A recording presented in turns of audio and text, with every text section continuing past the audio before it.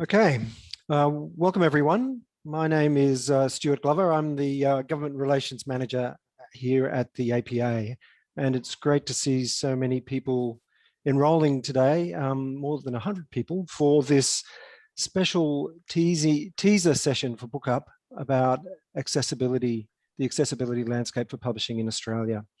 And we're going to talk a little bit about the future, but at the moment, we're going to put a poll up in the next few moments so you can let us know about your current awareness of the accessibility requirements for publishers in Australia.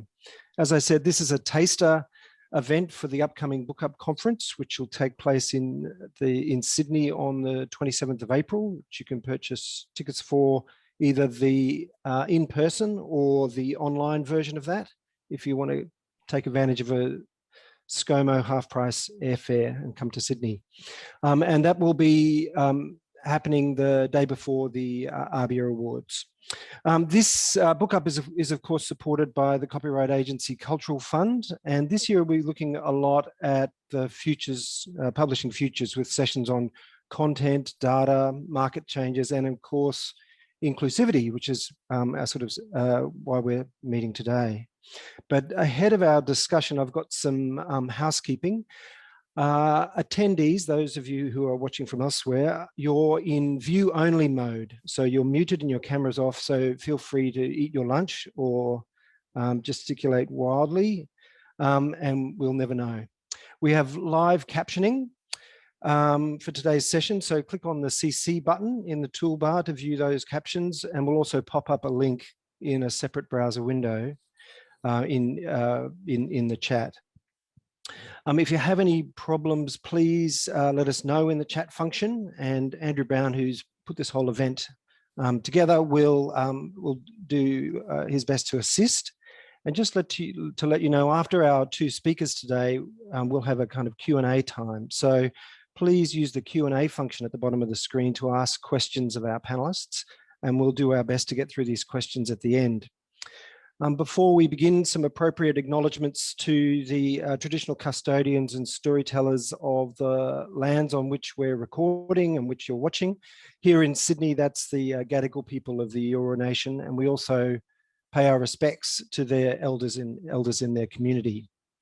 So let me introduce our experts. First, we're joined in order of speakers. We're joined by Dr. Agata Mrva-Montoya, who many of you will know as the publishing manager at Sydney University Press, and others will know from her work in the master's program in publishing at Sydney University, and others still from her involvement in the Australian Inclusive Publishing Initiative, the AP initiative, where she's been involved since 2018.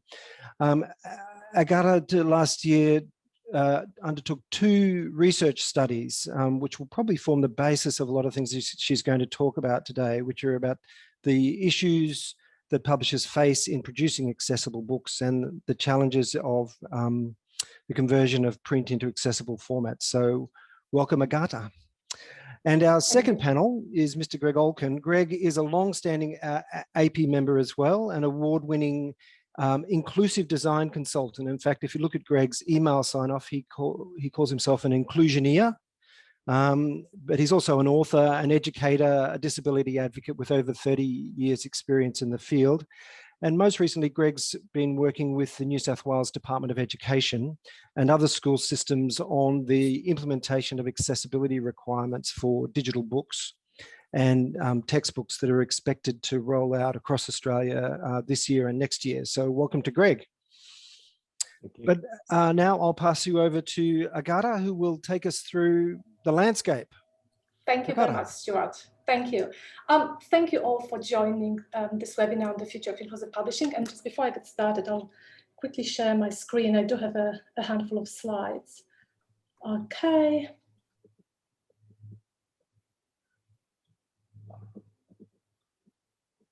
Okay, I'm good to go. Fantastic. I'm joining you today from the land of Darra people, and I'd like to pay my respects to the elders past, present, and emerging. So in the next 15 minutes or so, I'm going to talk about the reasons why publishers should produce accessible books.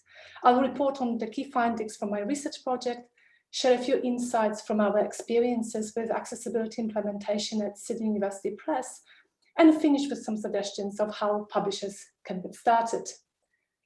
Implementing accessibility may seem complex, time-consuming, and resource-intensive, and this is true at the beginning when the new processes and workflows need to be set up.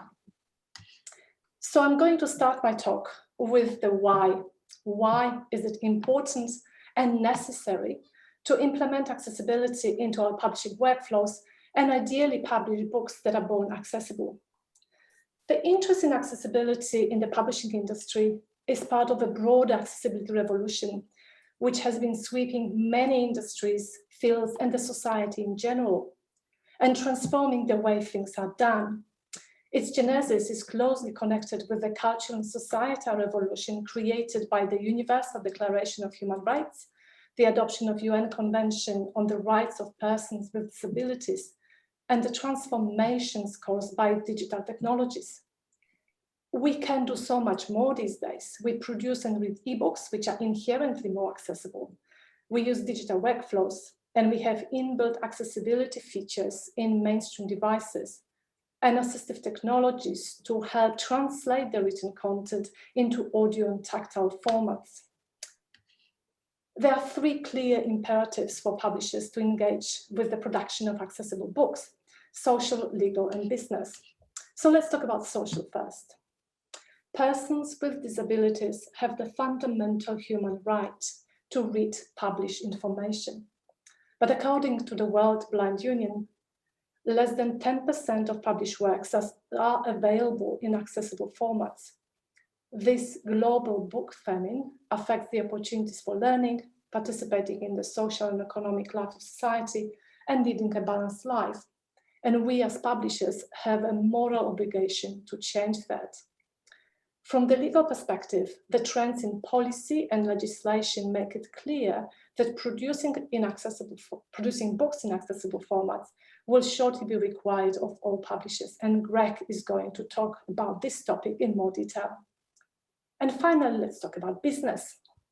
There is competitive advantage in having full-featured versions available for anybody, including persons with disabilities. The number of people living with a print disability in Australia has been estimated in 2014, so quite a few years ago, to be close to 5 million, or 22% of the total population. That's a lot of people. And the number of people experiencing print disability is likely to have grown since, due to the increasing Australian population and its aging. Age carries a greater risk of developing vision and physical print disabilities. Apart from the growing audience for accessible formats, accessible ebook and audiobook files are technically better for all readers, and they are future-proof. The key issue is ensuring that they are machine readable, that is, making sure that the text is structured correctly, the images contain alternative text, the file is well formatted, and includes accessibility metadata. And these can be achieved by following best practice in ebook and audiobook production. And this following best practice in ebook production was what started us at Sydney University Press with accessibility. We wanted to produce ebooks in-house, and we wanted to do them well. So we adopted an XHTML-based layout system, and from the beginning, we started including alternative text descriptions with ordered images. It wasn't, however, until I got involved with the Australian Inclusive Publishing Initiative in 2018 that I really understood what's required to produce accessible ebooks and how we could make our ebooks better. And I'll get back to it a bit later. My involvement with the AP also inspired the research project which I carried out last year. My key aim was to understand what publishers were doing in terms of producing accessible publications, their motivations and challenges. And I'm very grateful to all publishers who responded to the survey in the middle of the pandemic. So thank you. So what did I find? I discovered promising trends and lots of interest among Australian publishers towards the implementation of accessibility. But there is a need for more information and training about what accessibility is and how to achieve it. Out of 115 respondents, at least 20 reported producing accessible ebooks. To put these numbers in context, in 2018, it has been estimated that there were about between 400 and 500 specialist book publishers, as opposed to self-publishers or other organizations that might publish books, but not as a core business. But there are possibly many more, and they all should produce accessible books in any case. So 20 is not a huge number, but it's a start. Interestingly, publishers of all sizes were able to make progress on accessibility implementations, which means that it can be done regardless of available resources. And as SUP is a good example, we are very small. Respondents reported a lack of skills and knowledge and limited awareness as the key barriers and challenges affecting the production of accessible ebooks. And the findings show a number of opportunities that publishers could explore to make progress towards the production of born accessible content, including a need for more collaboration among the various stakeholders in the accessible book production supply chain. Collaboration is really important, and this is what helped us immensely at Sydney University Press in getting our processes improved and ensuring that EPUB files are fully accessible. So at the first meeting of the AP, I met Sonali from the Royal Institute for Blind and Deaf Children. Sonali and her colleague, Michael Corrigan, provided feedback on our EPUB files, which was invaluable. And then we worked closely together with our platform provider to ensure that our ebooks contain the right coding and correct metadata. And we couldn't have done it without these collaborations. And working with Sonali and Mike inspired me to expand my research project beyond surveying publishers. So I carried out a second survey aimed at the staff of alternative format producers and disability support services at universities, in which I aimed to discover the key challenges in the process of acquiring and converting books into accessible formats. In this survey, I ended up with 27 usable responses. Again, to put this number in context, the number of alternative format producers in Australia is rather small. So there are about 30 organizations that provide conversion services. And there are just about 40 universities with disability services units, but those usually just acquire rather than convert books into accessible formats. As you can imagine, both organizations have an in-depth knowledge of accessibility and of the needs, the technological capabilities and requirements of individuals with print disabilities. They all provide a crucial service that facilitates access to the world of print materials for education, work, and entertainment.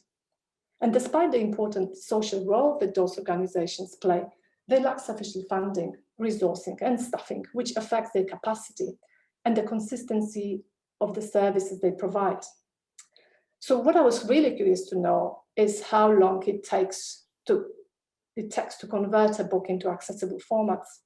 And not surprisingly, the time required varies. It can take from 1 week to 6 months for a single book. And it depends on many variables. The time it takes to get a file from the publisher, the type of source file, the size and complexity of the book, and the type of output produced. And while the actual conversion into accessible formats is time-consuming, especially in the case of books with complex layouts and content, the time it takes to source an appropriate file could certainly be made more efficient. So what can publishers do better? And the respondents had numerous suggestions for what publishers could do better to improve the conversion process and facilitate easier and more timely access to print materials for people with print disability. So in the short term, first of all, many publishers could significantly improve response and turnaround time for providing files and provide updates on the processing of requests. Second, publishers need to provide suitable files, and this could be Word, InDesign, Illustrator, EPUB, or editable PDFs, which is free of DRM restrictions, or watermarks. These are really bad for people with low vision, and provide them electronically.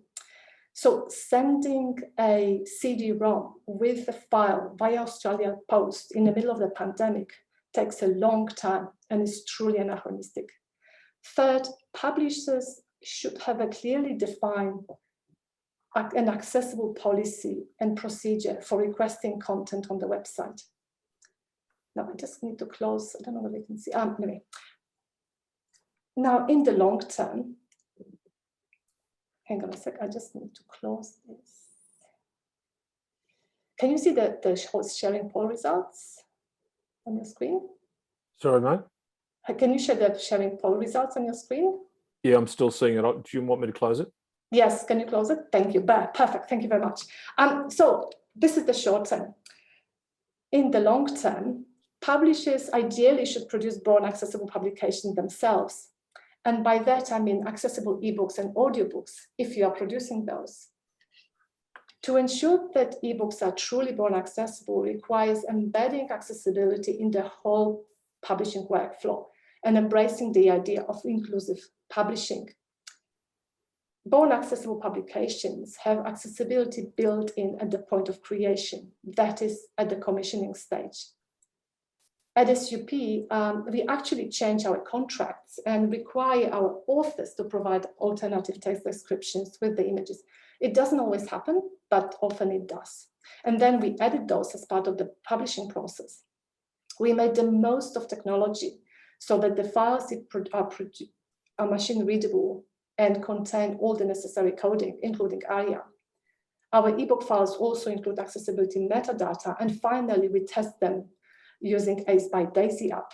And I put distribution on the side here because obviously this is sort of out of publishers' control, and I guess this is the role for the AP and the APA to work with distributors to make sure that then our accessible files are visible for those people who need them. And we also keep reviewing and improving our processes. At the beginning of 2020, we signed the Charter for Accessible Publishing of the Accessible Books Consortium, which is in a way a public commitment to raising awareness, monitoring our progress, and promoting the adoption of accessibility standards.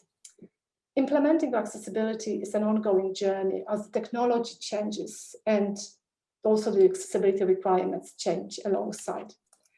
So how can publishers get started with inclusive publishing practices? So this is what I found out from talking to you. First, publishers need to increase awareness and understanding of disabilities and invest in staff training. More and more resources are becoming available. And I recommend checking the websites of the Australian Inclusive Publishing Initiative and Inclusive Publishing by the DAISY Consortium. Inclusive Publishing offers regular newsletters and webinars on those aspects of accessible publishing. Second, publishers need to make an organizational commitment to accessibility. And this includes support from senior staff. You need to find a champion among your staff to take a lead or organize a working party. The champions will need support to develop their knowledge and have the capacity to make changes. Third, it's really important to develop and implement an accessibility policy.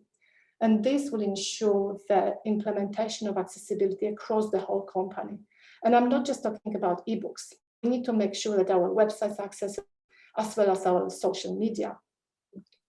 And finally, publishers need to implement accessibility into the whole publishing workflow, from commissioning to the quality control at the end. Attaching accessibility remediation at the end of the process is too late, it's time consuming, and it's really, really expensive.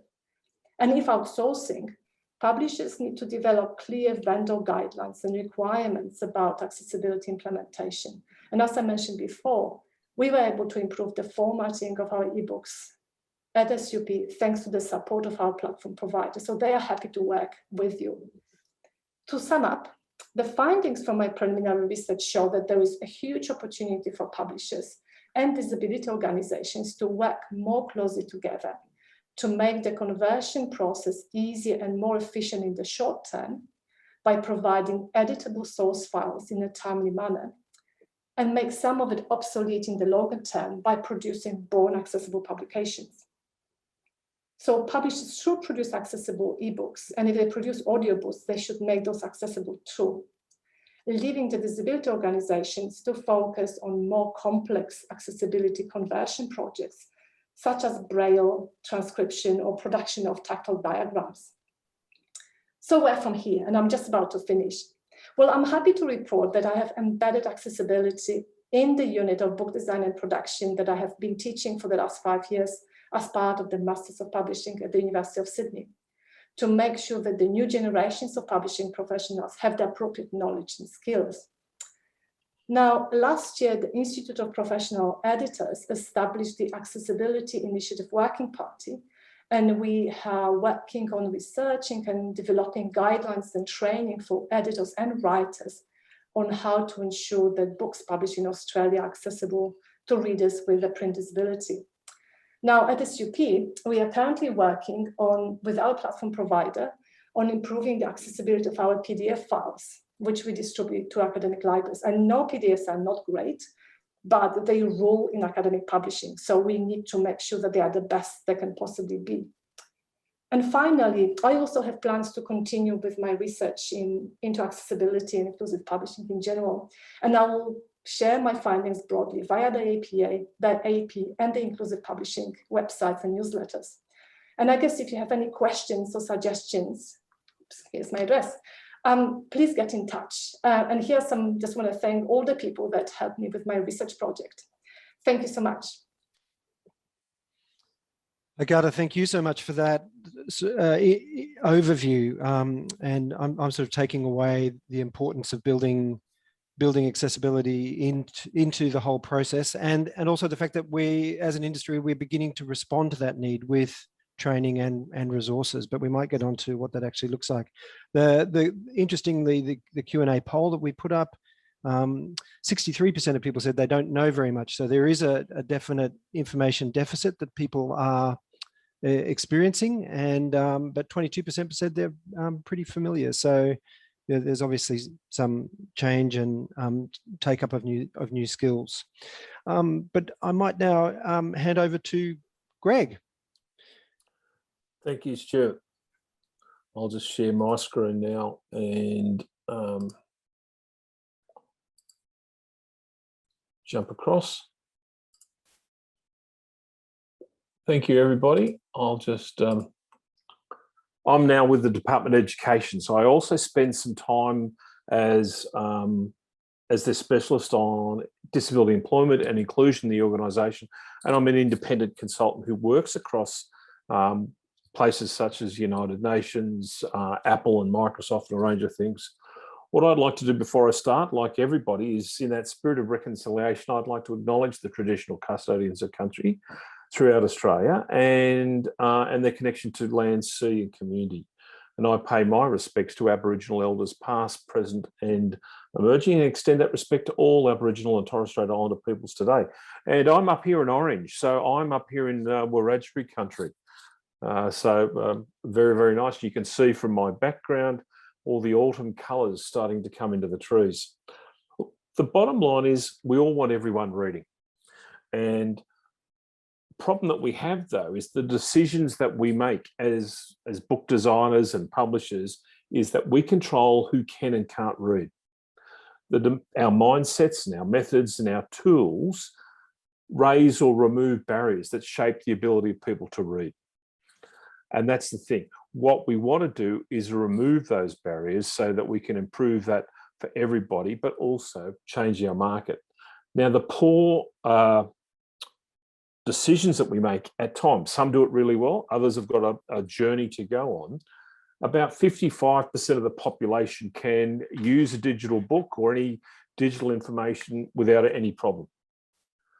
Where we haven't implemented accessibility properly, it makes that book difficult, or that service difficult to use for 25%, and about 20% of our population it's an absolute barrier. And so it excludes them. So what it means is how you're designing books is actually, you're potentially stopping at least growing your market by 20%. And so what we want to do is come back and go, how can we improve that? The other part of this, and somebody's going to go, oh, what's the return on investment? What's the potential size of my market? What I want you to think about is that disability is a continuum. And what we talk about is it goes from a permanent condition to temporary to situational impairment. Just on that example of touch on the screen, in the US at the moment, there are 26,000 people with a permanent loss of one arm. There are 13 million people with a temporary loss of an arm through an injury. There are another 8 million people who are trying to undertake the task as a new parent and juggling a child and doing that. So when we fix it for 26,000, we actually benefit 21 million.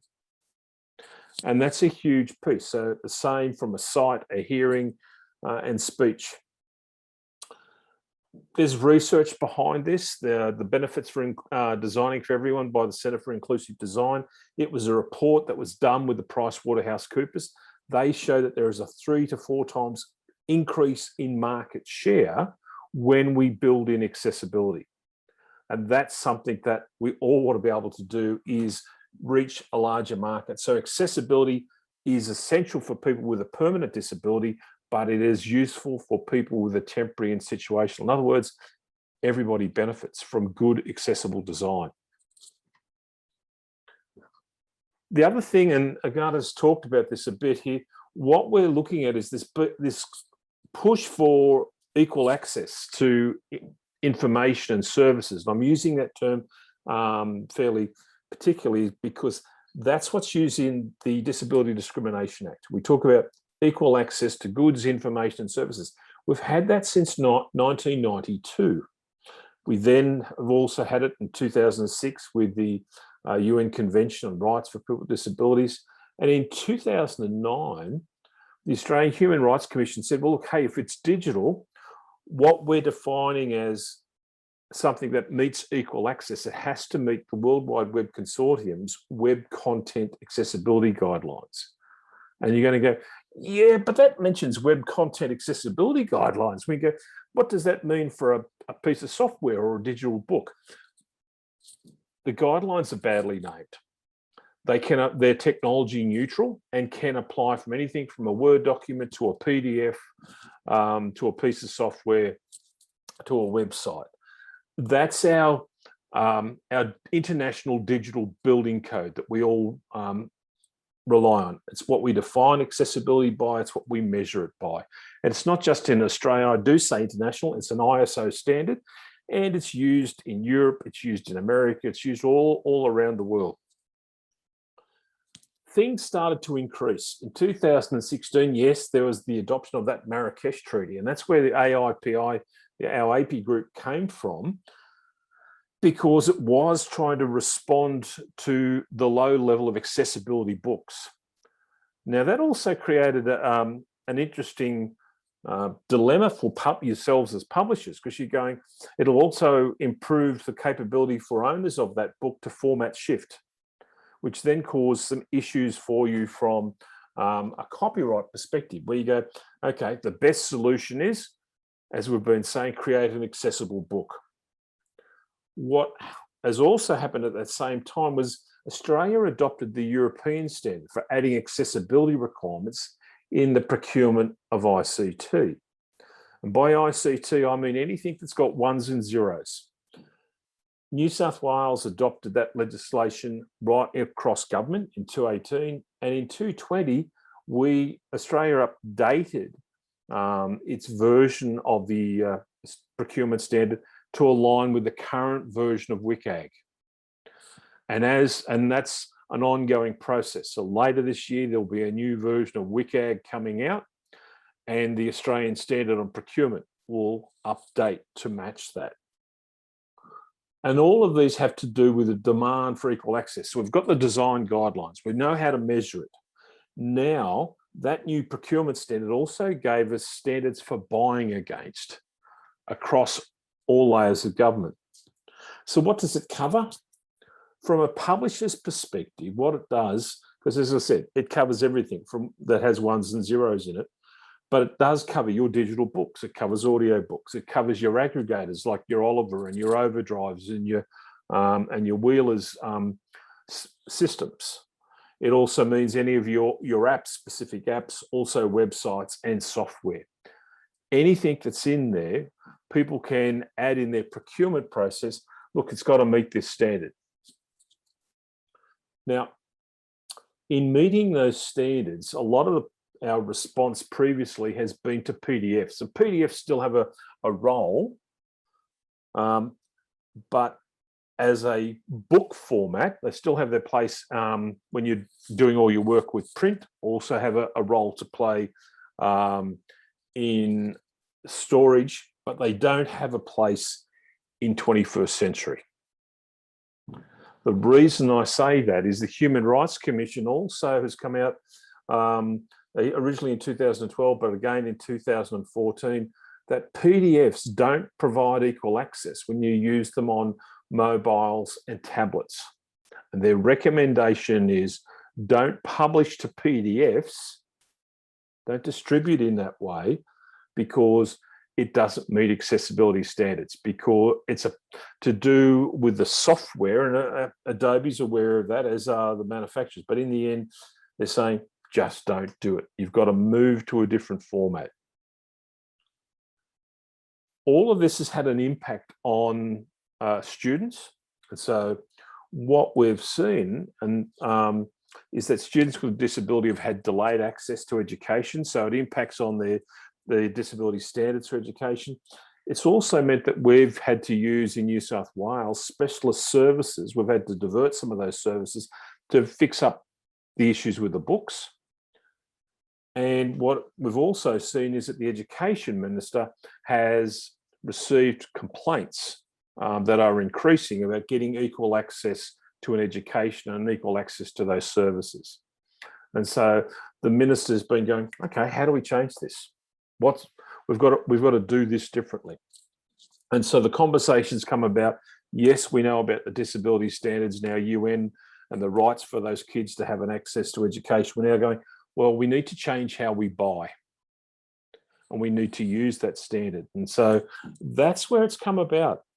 So in 2019, we started to raise these through AIPI about the issue for accessible books and born accessible, as we've talked about.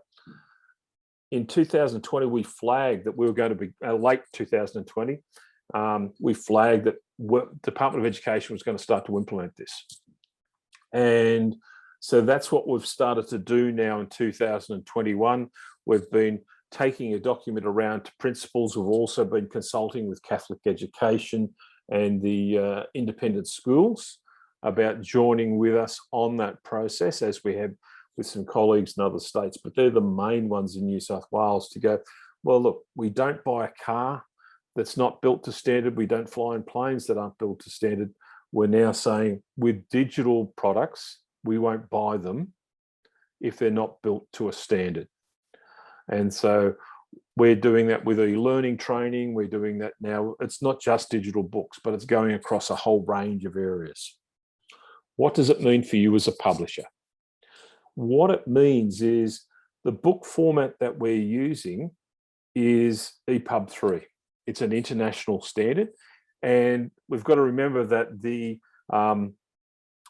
International Digital Publishing Forum back in 2017 joined, it had originally the DAISY book as its bespoke accessible book format. It converted that up to using EPUB and building accessibility into EPUB. And EPUB is now part of, when the Digital Publishing Forum joined with the Worldwide Web Consortium to become publishing at W3C. And the EPUB 3 format is the dominant book format that's recommended.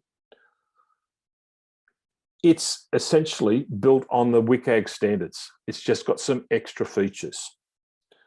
And what we're asking is that, one, the books are built to that standard and published in that standard, that they've used some different validation tools to go, yes, we confirm it's an EPUB, yes, it meets accessibility standards. And then, whether it's on an iPhone or an iPad or on a Windows device, say you've got, we're using the inbuilt accessibility features on those devices, and those products work with that. When we've got those things in place, we're pretty much along the born accessible publishing line. And that means that all those students can participate on the same basis straight from the start. Let's break it down though a little bit. Use proper heading structures. That's one of the simplest things you can do. If I'm in Microsoft Word as just as a starting template, and I know it's not the dominant publishing platform, but I'm going to use proper heading 1, heading 2, heading 3s. I'm going to use a proper semantic structure. The reason I'm going to do that is that it allows a person who is blind or using a screen reader to not only understand the structure of the book, but it's going to allow that person to navigate the book. And so it gives them that equal access. Accessibility, designing for accessibility provides equal access. We're going to look at our font sizing and our line spacing. We're going to look at good contrast. We're going to add those alternate text to images. And if we're adding video, we're going to add some captions to our videos, and we're going to add audio descriptions as well. They're just some of the little things that we can do. When's all this going to take place? Well, we've heard from a COVID perspective, we talk about soft and hard borders. Well, our soft border is October, where we're going to start to implement this. The hard border is next year, though. And that's the thing, giving people time to get things in place so that you can work within your own organisation, work with accessibility professionals and say, let's make sure our work's there. For a lot of your books, it's not going to be that hard to get them up there because it's a matter of that good structure and adding some accessibility descriptions to your images. There will be some challenges for textbooks which have a lot of mathematics in them and also scientific symbols in them, because there's that's just a little bit more finicky. So I'm not going to sugarcoat that. The key thing is that there are some really good solutions for you out there. If you're using InDesign, great. Guess what?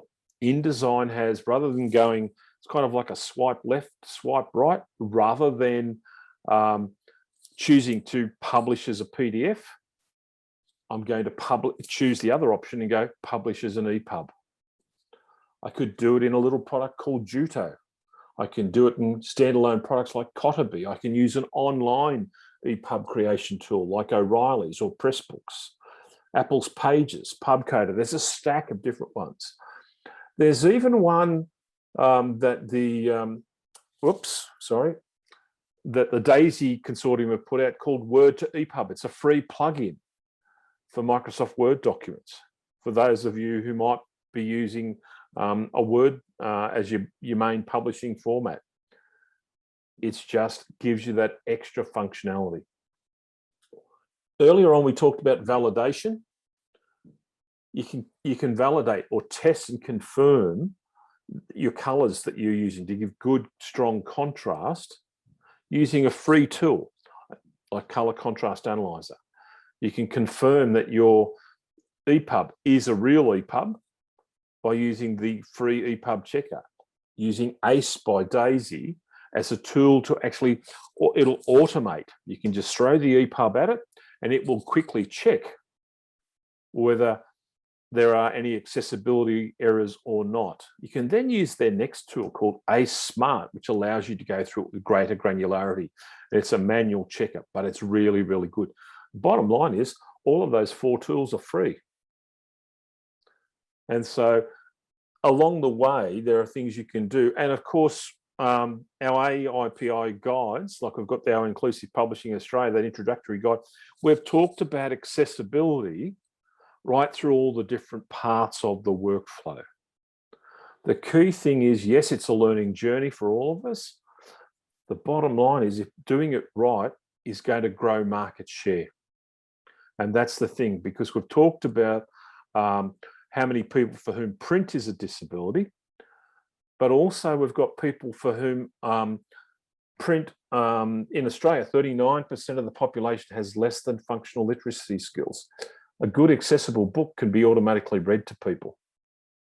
We're going to grow market share by doing this. It also means if you're going to be selling your books into a growing number of countries that are implementing this guideline, you then have it already in a format that can do that. So it makes good economic sense, but it also means that you'll have a better product. It's just making those little changes as you're going along in your production process to make sure that you can do it. Can I give you one more minute, and then we'd love to take some questions? Yep. No, I'm done, Stu. There's my contact details if you need to give me a yell. Oh, okay. I don't mean to wind you up quite so abruptly. That's all right. The big thing though for everybody is yes, the Inclusive Publishing Hub is one of the go-to places for publishers, designers, everybody else. Can I just say, talking of EPUB, we now have in Department of Education, we're using a range of different tools. We have kids in kindergarten and year one that are producing EPUBs, really simple ones, but are doing it. We can also do it in Google Docs. We can go export as EPUB. It's our 21st century format. It just depends which EPUB tool that you want to use. And the beauty of a properly constructed EPUB is that it is a born accessible document. So can I just there's a few questions about this. Yep. So EPUB is going to be the preferred format. There's a couple of questions about what's wrong with PDFs as an alternative. What's wrong with PDFs? We've got to remember that PDF started in 93. Boom Boom Shake the Room was playing at that time. It was originally designed as a format for publishers, so you had that exact copy, a visual copy. It didn't have the semantic structure in there. Adobe's tried to add features in there to make it accessible. The problem is that one, that's a costly process to make it accessible, but two, it doesn't if you went through all the work making it 100% accessible, it's not accessible on tablets and it's not accessible on mobile devices. And they are the dominant devices that kids are now using, and in schools, let alone in the broader market. So you've gone through all that problem of making something and then going, it's still not built to standard. So no, PDFs still have a place in print and for storage, but not as the format to deliver digital books. And so EPUB 3 is going to be EPUB 3, yeah. Right. And if I can sort of chip in on the PDF, like honestly, it took me ages to, with my reports, I really wanted to make them accessible PDFs. It takes ages. It's really clunky. InDesign is not really designed properly for accessibility at this stage. A lot of the accessibility features you need to implement in Adobe Reader, in Adobe Professional. You lose them anytime you export a new version. It's just not there yet. That's right. And I was just going to say the other technical thing, and this is me putting on a bit of a propeller head, under the hood, an EPUB is actually built on the same technical standards as the World Wide Web. It uses HTML5, cascading style sheets, and JavaScript. So all the same technologies that are in a web page are actually in an EPUB. And so the difference between an EPUB and a website from a technical perspective is there's the folder that it all sits in. It also has what's like a digital spine. And when we zip that folder up, rather than having a .zip at the end of it, it has a .epub. But it's built on this broad international standard of those web content accessibility guidelines, which we know are accessible. So that Greg, way forward. Oh, sorry. I was going to stop your propeller there. Sorry, mate. And there's a question for Agata about from Elizabeth Vita from Alan Unwin about whether there's a model set of specs for a trade publisher to send external international ebook files to send to their external international ebook file conversion supplier. I will work on that. So this is something so there's a couple of answers to that. So I'm currently sort of rethinking, and I guess what I need to do is just to pull my emails together and actually come up with a list, with a checklist based on my experience at SUP and my findings and my reading that I'm doing currently and my, trawling through the WCAG, directions. Because yes, looking at what's with online digital accessibility is really complex, and a lot of it is actually not applicable to book publishers. We've got a sort of smaller set of things that we should apply. The key issues is what we both talked about. Make sure that the text is well formatted, make sure that there's alt text included, make sure that the file is well formatted, and this needs to be checked by Ace by Daisy app. And in our case, so we've got all these things checked out, but there's some errand code inside, and this application just picks it up, and it's just a case of going into the HTML and fixing things. And finally, and it's really important, is making sure that the book includes accessibility metadata.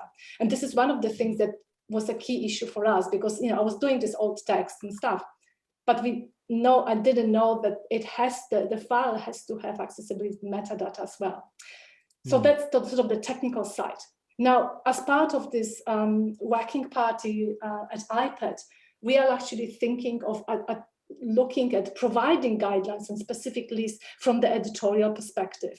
So to accessibility, there are two strands. One is the technical side, and then one is the editorial side. So hopefully we will have some more direction and more guidelines as we are working through.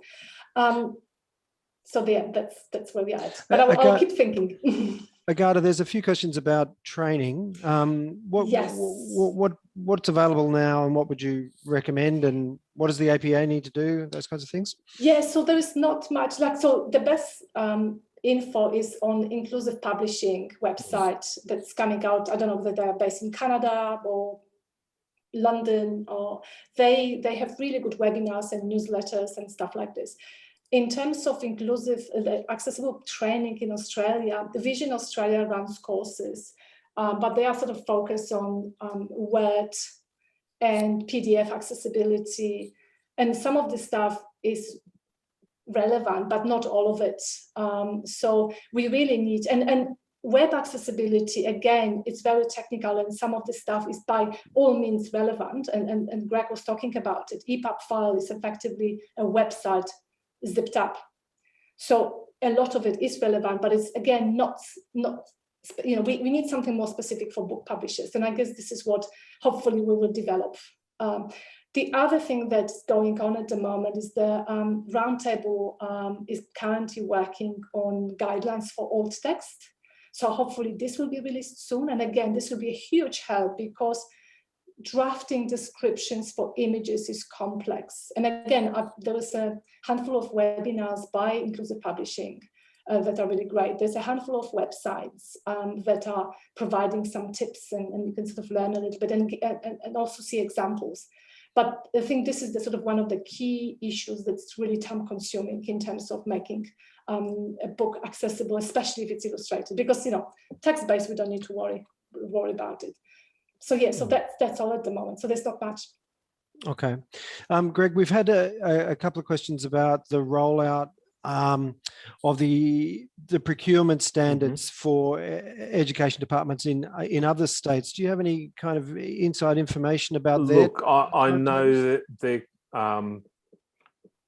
the other states that we've had initial conversations with, they've gone, we'll follow your lead, because all the legislation that we've been talking about that impacts New South Wales is national legislation. And they're, like, for instance, the work I'm doing in South Australia at the moment, we're partnering on a few projects, and they're going, look, we'll just follow your lead, because it's going to meet all of our needs. It's just that there's not a lot of people who were able to connect the dots between here's publishing, here's procurement, and here's accessibility, and connect it together. And so, yeah, most of the other states that we've had the conversations with are going, we'll just follow your lead, guys. And there's a national working party on a range of different things across government. And so it'll be brought up there in the next couple of months. So their rollout might be a little bit slower to New South Wales, but it's not a matter of if, but a matter of when.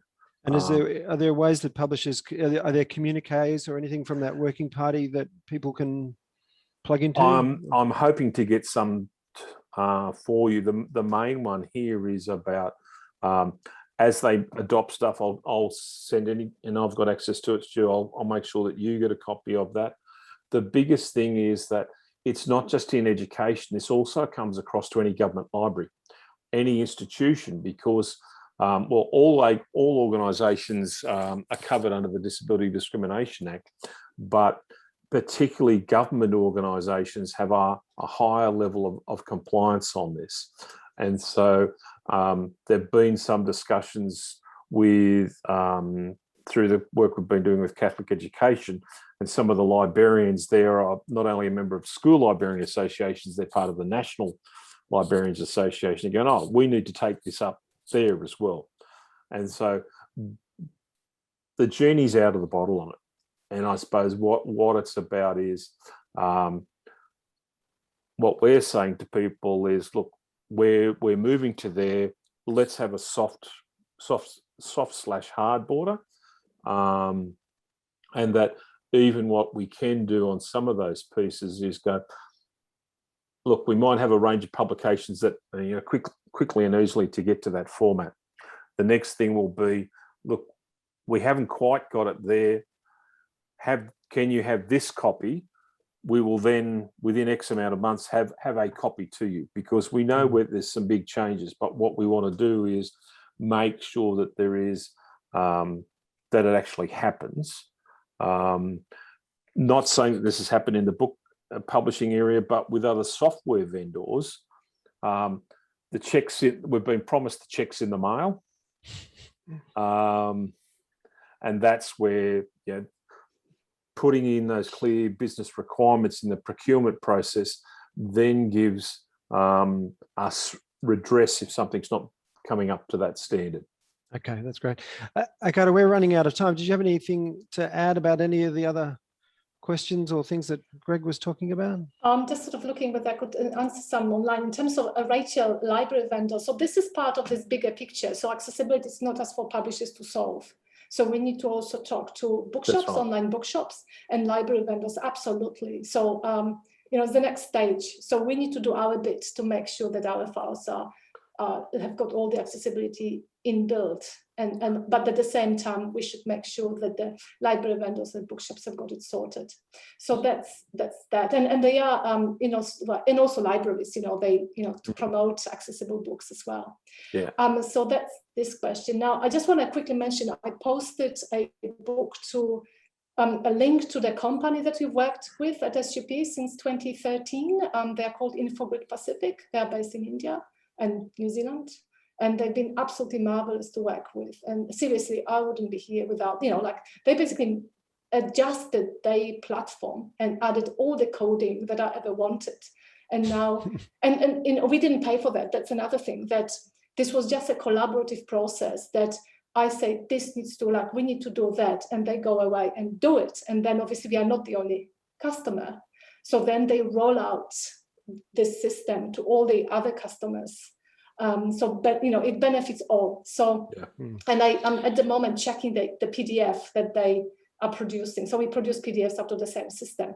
And again, it's already heaps better than it used to be 2 weeks ago. Yeah. So that's and Stu, I was just going to say, building upon that, there's some additional links that I've thrown into the listers there. So yes, we've got the inclusive publishing. I've also put some specifications, because the W3C being the owner of the EPUB specification, you'll see copies of that there.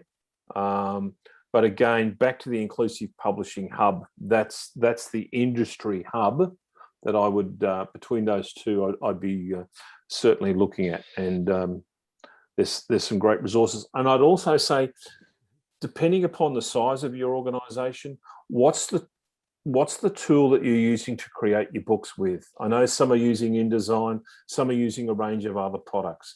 It's then, in any of those books, adding that proper structure, but then looking at how you're going to export out of that product. Or in some cases, you might say, you know what, this is a time for us to change to a specific product. It might be like Cotaby as an example.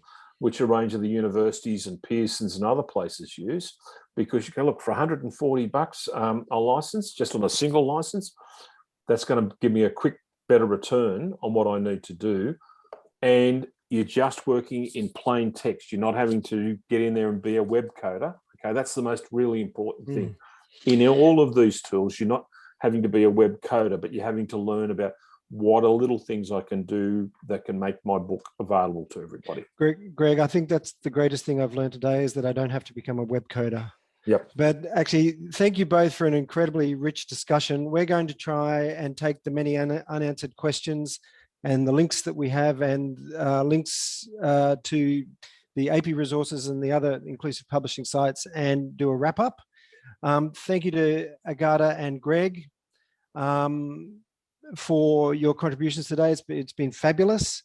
And just a reminder that the BookUp conference is next month. The early bird ticket prices end on the 21st of March, whether you want to join us in person or online. And next month, ahead of BookUp, you can join us for another lunchtime session where we're going to be looking at the future for higher education, with massive changes and challenges over recent years, and including the COVID experience and what it will mean for publishers. So thank you again to Greg and Agata, and I hope everyone has a great afternoon. Thank you. Thank you. Thank you.